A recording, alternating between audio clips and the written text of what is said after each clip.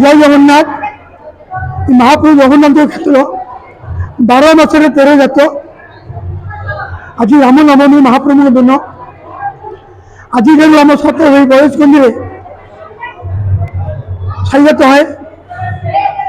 রাম জন্মঠু রাবণ মরিয়া পর্যন্ত সমস্ত বিধি বিধান এই সত্য সেই বয়স কেন্দ্রে করা যায়। মহাপ্রভু চারিপাশে সমস্ত ব্রহ্মচর্য মহাপ্রভু আরম্ভ করি জগন্নাথ বলবে এই কার্যক্রম শেষ করা যায়। আজ কালকে আজ কালকে ব্যবসায়ী সাইজাত